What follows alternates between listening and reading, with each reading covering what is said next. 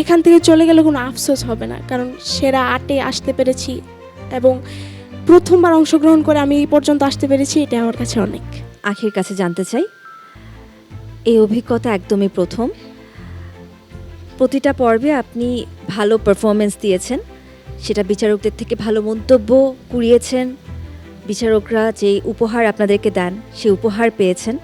এত কিছুর পরেও আজকে সেরা 8-এ এসে আপনি ডেঞ্জার জোনে দাঁড়িয়ে আছেন। এই মুহূর্তে মনের মধ্যে কি চলছে? প্রথমত আমার 3জন মেন্টর, তারা আমাকে খুব ভালো করে আদর করে গান শিখাইছে। আর একজনের কথা আমি বলতে চাই, যে আমার উস্তাদ, যিনি আন্তর্জাতিক ঢোলবাদক শ্রদ্ধেয় মোবারক হোসেন। আসলে আমি বলতে চাই যে একজন মিউজিশিয়ানও খুব ভালো শিল্পী তৈরি করতে পারে, তার জন্য আমি আজকে এখানে। একজন মিউজিশিয়ানের জন্যই, মানে উনি যে একজন শিল্পী তৈরি করতে পারে, আমি উদাহরণ। তো আরও মিউজিশিয়ানরা আছেন, তারা খুব গুণী, জ্ঞানী।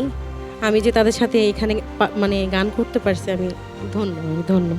আমি একদম আমার চিন্তা ভাবনার বাইরে যে আমি টপ 8-এ চলে আসছি, আলহামদুলিল্লাহ। এখান থেকে চলে গেলে কোনো কষ্ট নেই, সামনে আরও স্ট্রাগল করতে হবে, গান করতে হবে, গান ছাড়বো না কোনোদিনও, ভালো কিছু করবো ইনশাআল্লাহ। চমৎকার চমৎকার, এটাই আমরা চাই সবাই। এবারে একটু দেবযানী, শুধু গান দিয়ে না, মিমিক্রি করেও কিন্তু আপনি আমাদের সবার মন জয় করেছেন।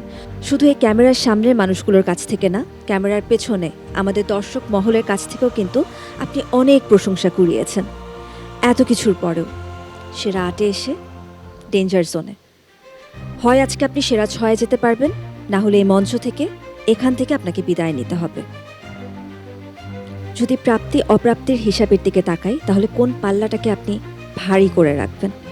অবশ্যই প্রাপ্তির পাল্লাটাকে ভারী রাখবো, কারণ হচ্ছে আমি এটা বিশ্বাস করি যে সাফল্যের হাসিটা সেই হাসবে, শেষ হাসিটা সেই হাসবে যে এখান থেকে পাওয়া ভালো শিক্ষাটুকু নিজের মধ্যে বাঁচিয়ে রাখতে পারবে। এটা আমার বিশ্বাস। যাই হোক, কাউকে না কাউকে তো যেতেই হবে। এখন দুটো মানুষের মধ্যে কখনো তুলনা হয় না, সুরের ক্ষেত্রে তো নাই।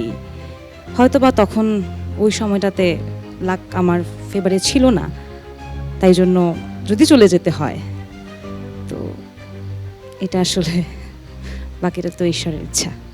অনেক ধন্যবাদ আপনাকে, খুব সুন্দর বলেছেন। এবার একটু মেহজাবিন, আপনার কাছে যেতে চাই। সর্বকনিষ্ঠ প্রতিযোগী আপনি এই মঞ্চে।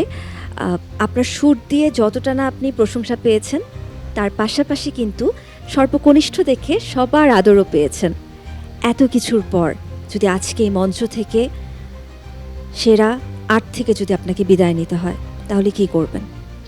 আমি প্রথমেই বলবো, এই প্রথমবার আমি ম্যাজিক বাউলিয়ানাতে অংশগ্রহণ করেছি। আমার কল্পনাতেও ছিল না যে আমি এই পর্যন্ত আসতে পেরেছি।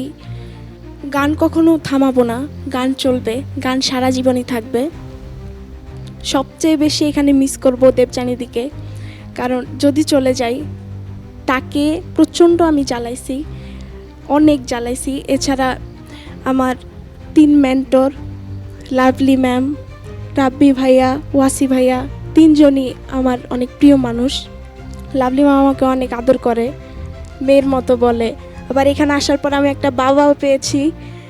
আমার বাবা হচ্ছে সোহাগ নুরি, সে আমাকে মেয়ে বানিয়েছে।